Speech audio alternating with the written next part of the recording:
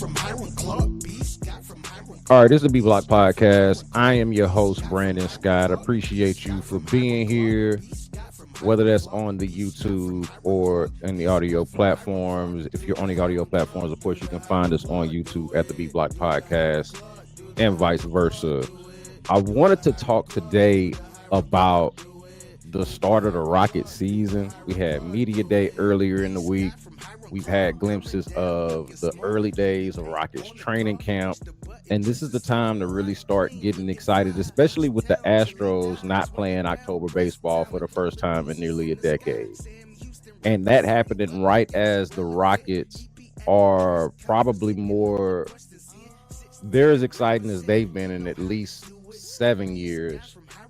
And I would argue as exciting as they've been in most of our lifetimes, save for the actual championship seasons. And now we got the significant part about this, of course, is because the Rockets didn't do any kind of like introductory press conferences with Kevin Durant. This is actually our first look at Kevin Durant as a Rocket.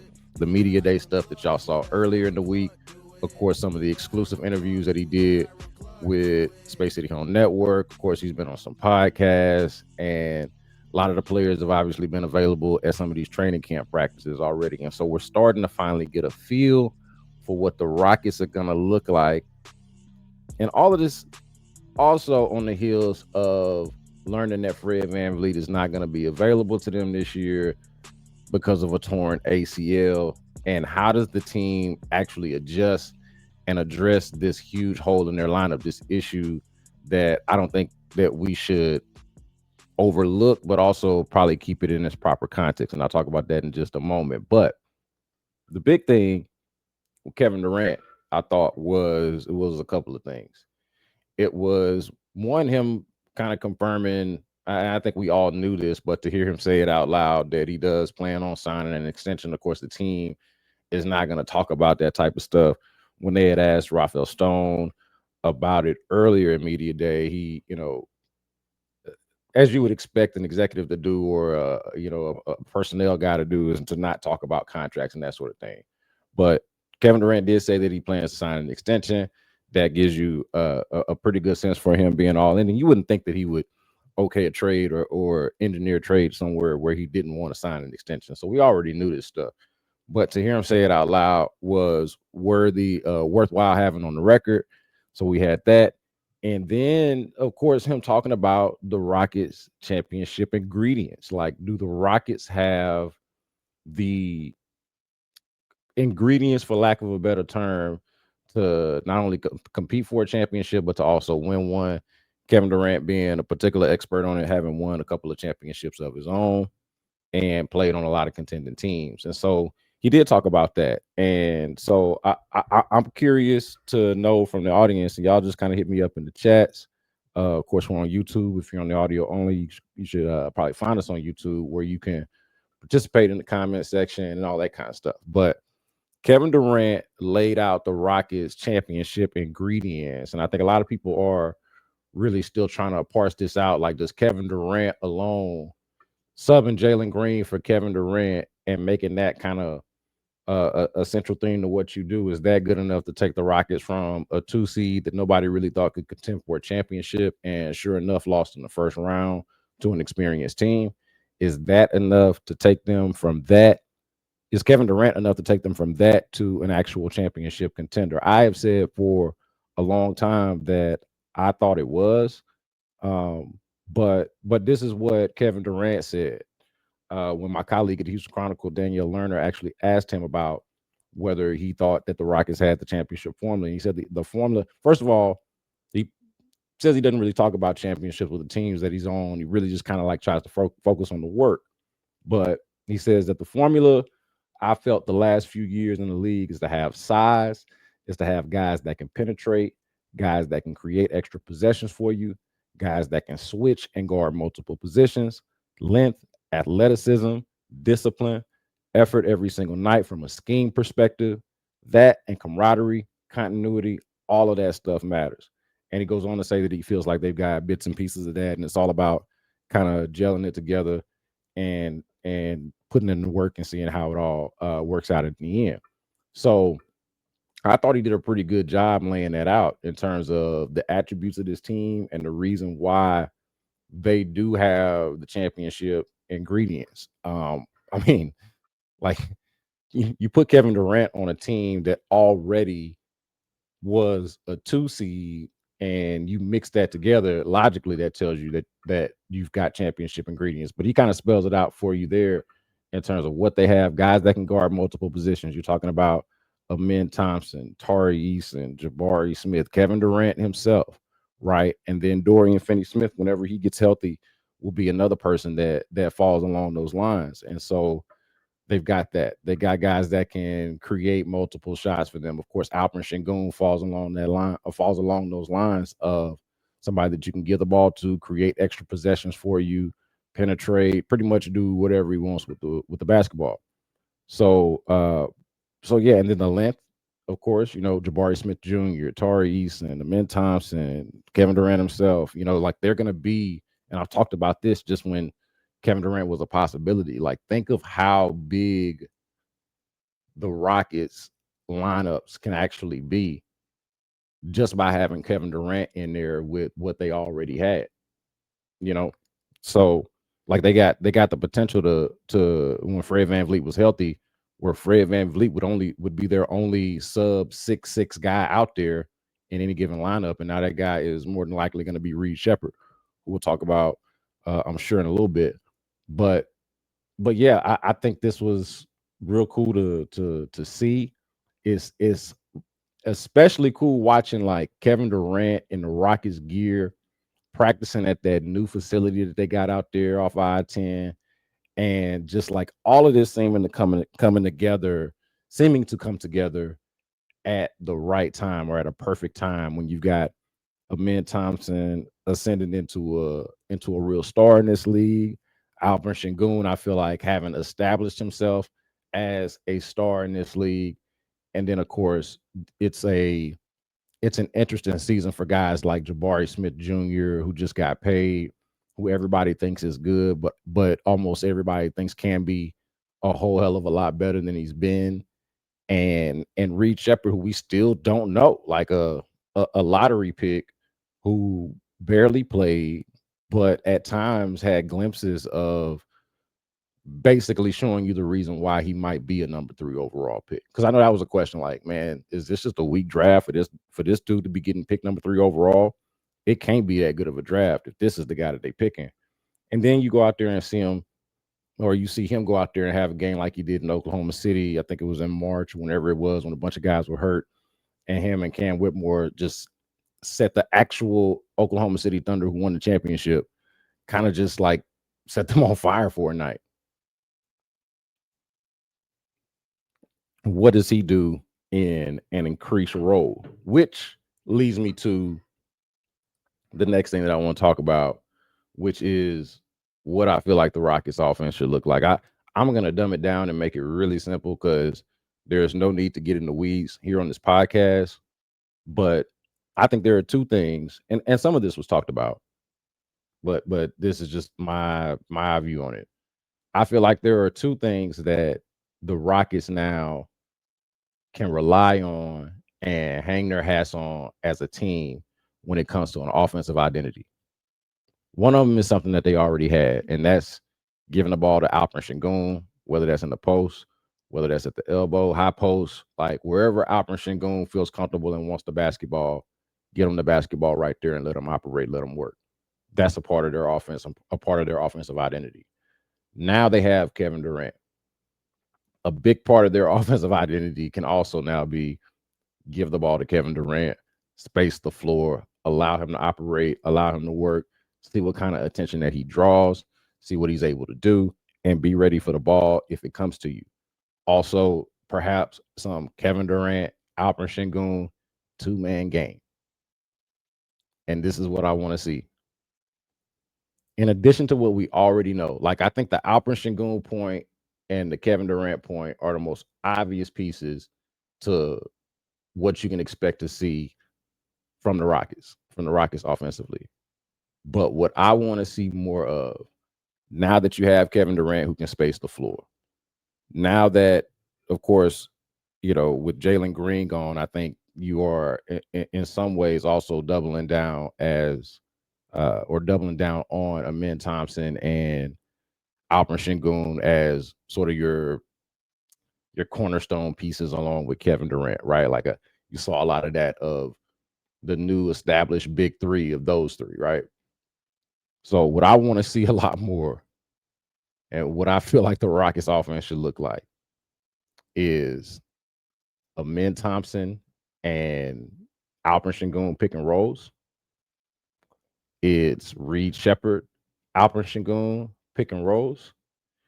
It is Kevin Durant, Alperen Sengun pick and rolls.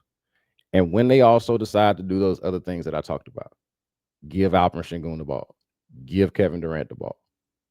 The rest of us got to be okay with that as a part of this larger thing that they're doing, as long as these other elements are true, actual, consistent parts of the Rockets offense. Alperen Sengun and Amin Thompson pick and roll, Reed Sheppard and Alperen Sengun pick and roll, telling guys like Jabari Smith Jr. and Kevin Durant to be ready to space the floor. In the case where when Amin Thompson is not in the pick and roll, be ready to operate along the baseline and just affect the play, which we know he's prone to do. This is what I want to see from the Rockets offense. And I think, to me, that is, in a nutshell, how you replace Fred VanVleet. Like, there is a, I think, healthy concern about Fred VanVleet and not actually having a player exactly like him in terms of a point guard who can help you get into your offense, help you get into your sets, and I would say even more importantly, like defensively, help you get matched up and kind of understand what your defensive assignments are and what you're doing. They don't necessarily have a player to replace that per se, and I doubt that they're going to be able to acquire one. I know that's a really fun thing for people to talk about. Who can the Rockets go get? I've seen them linked to Anthony Simons, and I know earlier you had guys talking about like going to get Peyton Pritchard or TJ McConnell, and all of these.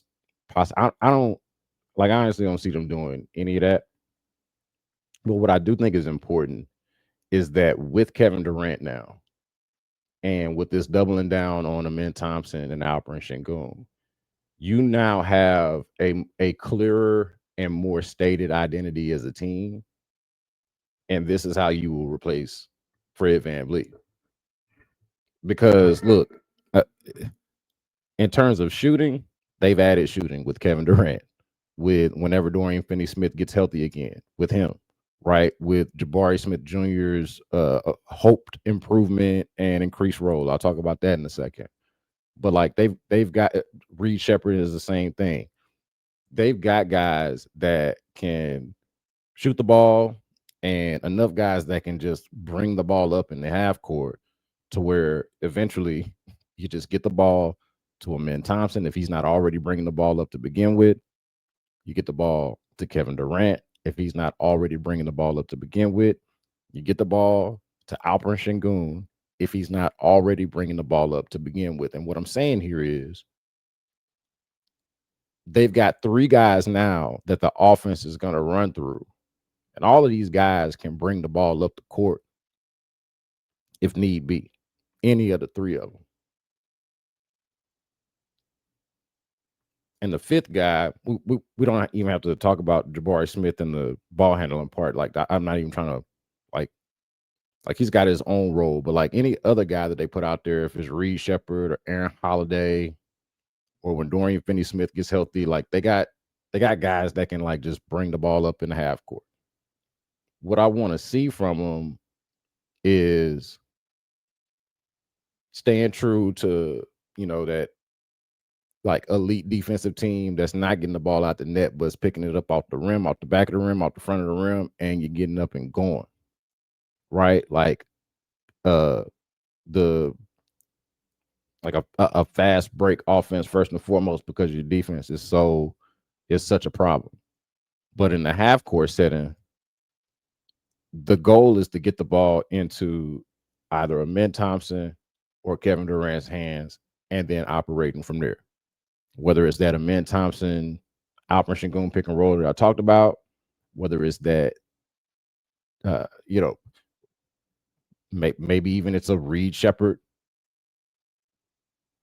Alperen Sengun pick and roll like I talked about, or if it's just simply getting the ball to Kevin Durant, simply getting the ball to Alperen Sengun. All of that to me is fine. So I think the bigger question is going to be, how do they replace him defensively? I'm curious to see that.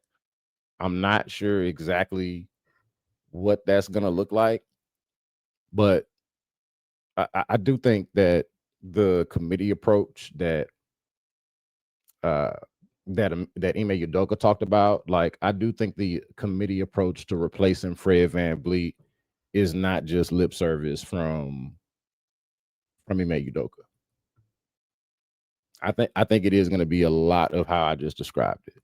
Like Fred VanVleet was probably, I would say he was indispensable before the Rockets acquired Kevin Durant, because at that point he was their most experienced, their most accomplished, and their most intelligent player on the team, basketball intelligent player on the team. Now that's Kevin Durant. So I think that what you'll require is for Kevin Durant to provide some of that leadership, some of that experience, some of that basketball intelligence. And I would say that no one on this team has more of that than KD does. I think you'll require more of Sengun and of Amen Thompson to step up as, like, for them to step up as like actual veterans on the team now, because, like, while they're still young players, they are veterans on the team. They're veterans on the team now, and guys who the Rockets are clearly building around. Reed Sheppard will play a role in all of this as well.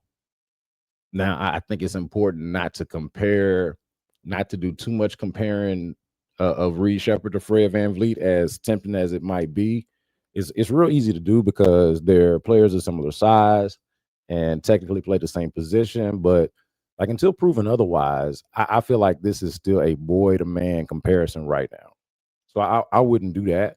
But I did like how Udoka talked about Reed Sheppard already getting an increased role before this Fred VanVleet thing happened. So logically, that tells you that that imagined role that Reed Sheppard was going to get increases even more with Fred out. It's time for him to step up. You know, I don't think, and when I say step up, I'm not saying, hey, go lead the team to a championship or nothing like that. I'm talking about, if he is your, I don't think it's too much to ask of Reed Sheppard, especially with Kevin Durant, Amen Thompson, and Alperen Sengun leading the way. I don't think it is. I don't think it should be too much to ask of Reed Sheppard to be your sixth or seventh best player. I don't think that should be too much to ask at all.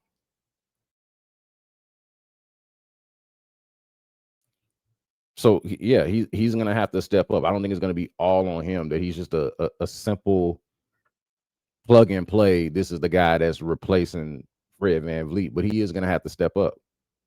And honestly, I'll say this too.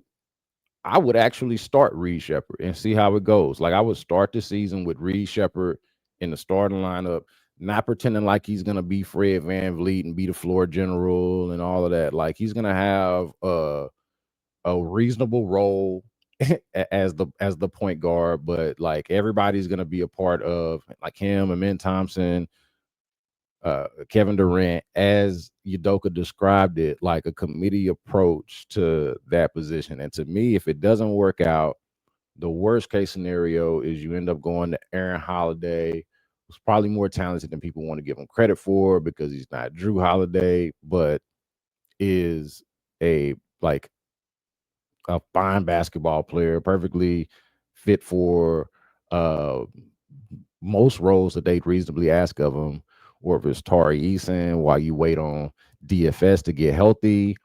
Uh, and that's if the Reed Sheppard thing doesn't work out. But I just told you what I want the offense to look like. I want to see a Min Thompson and Alperen Sengun pick and rolls. I want to see Reed Sheppard and Alperen Sengun pick and rolls. I want to see Kevin Durant with the ball and a Min Thompson roaming the baseline, and everybody else, Reed Sheppard, Jabari Smith included, ready to shoot the ball.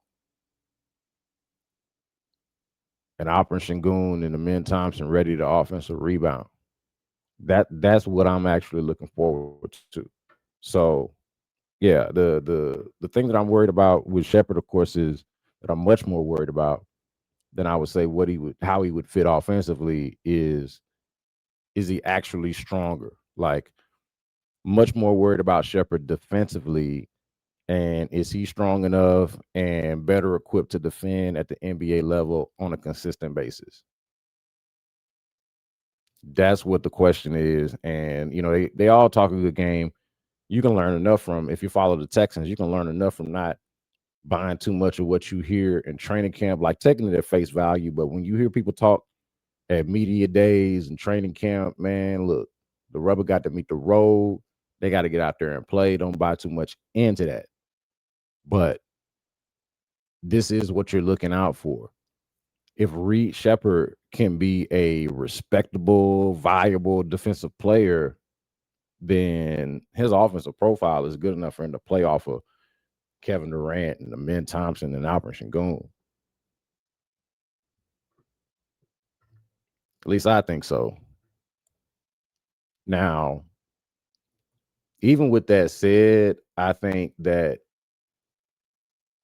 still think that Jabari Smith Jr. has the most potential for a leap out of all of the young players that are not Amin Thompson and Alperen Sengun, right? Like the guys outside of that established big three that we talked about.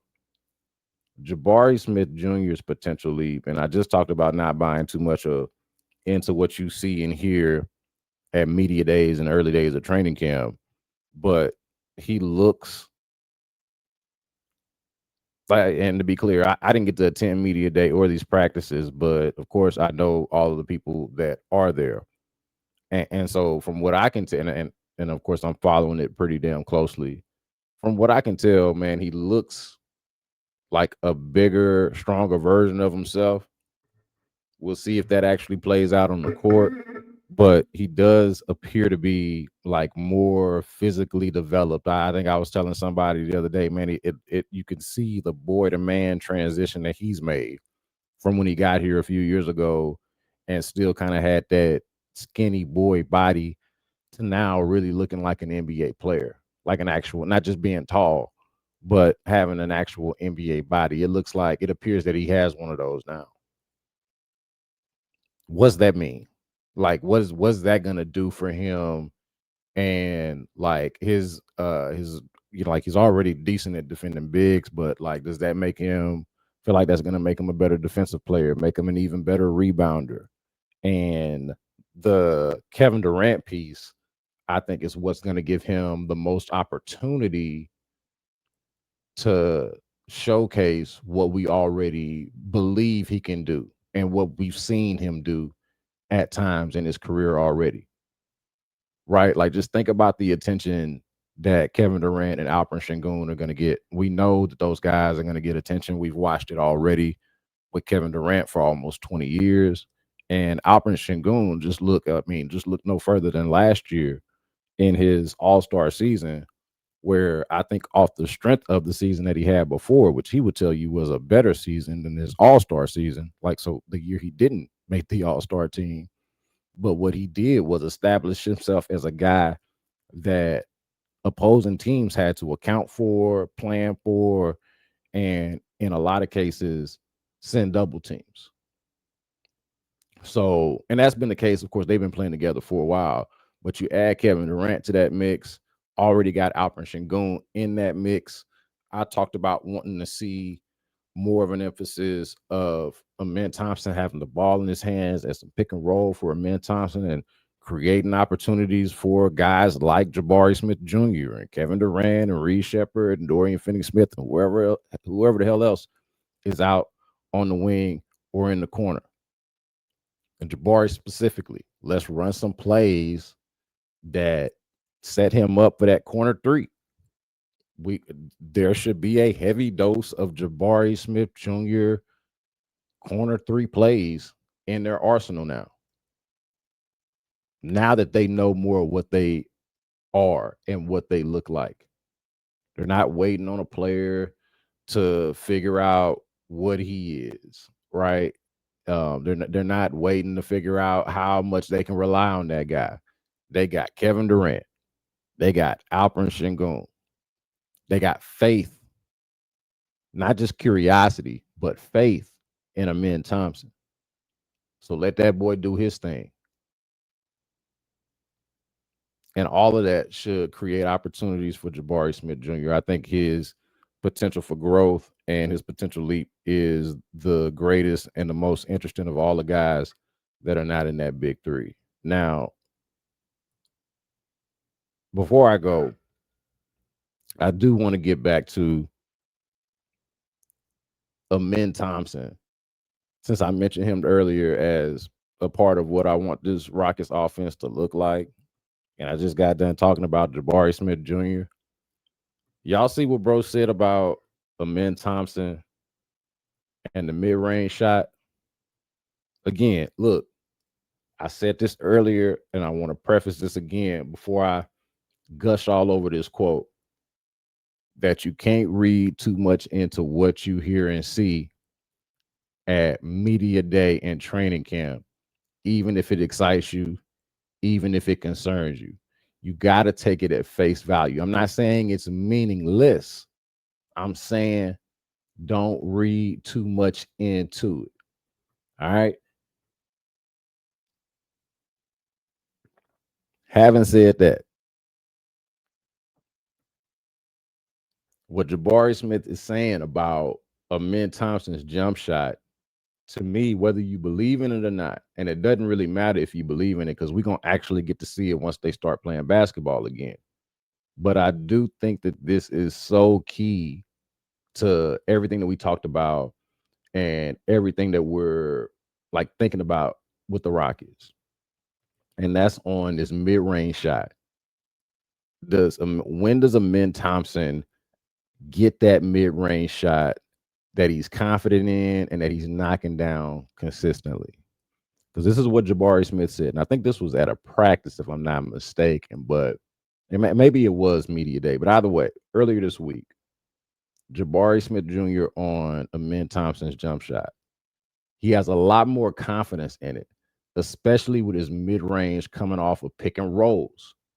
It looks a lot better, a lot more fluid. If he's making shots, it makes us a totally different team and him a totally different player. Yeah, and I do believe that was at a practice from what I'm seeing. So,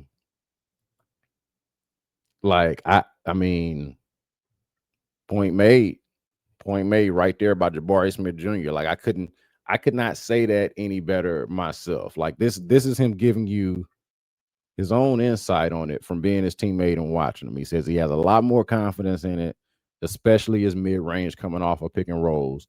It looks a lot better, a lot more fluid. Great to hear. We'll see. But this point is the one I can't say any better, and I want to reiterate and co-sign from Jabari Smith Jr. If he's making shots and he being Amen Thompson, if Amen Thompson is making shots, it makes us a totally different team and him a totally different player. Amen Thompson middies off of the pick and roll. Look, that's what I feel like this offense should look like if he is truly developing into that type of player. I could not agree more with that point. And maybe to some it seems obvious, but this is what we're looking out for. You know what you got. You got Kevin Durant. as a safety valve. You've got Alperen Sengun as a reasonable hub for an offense. Do you have what Jabari Smith Jr. is talking about here? Do you have the Amen Thompson mid-range jump shot? The Amen Thompson mid-range jump shot off the pick and roll.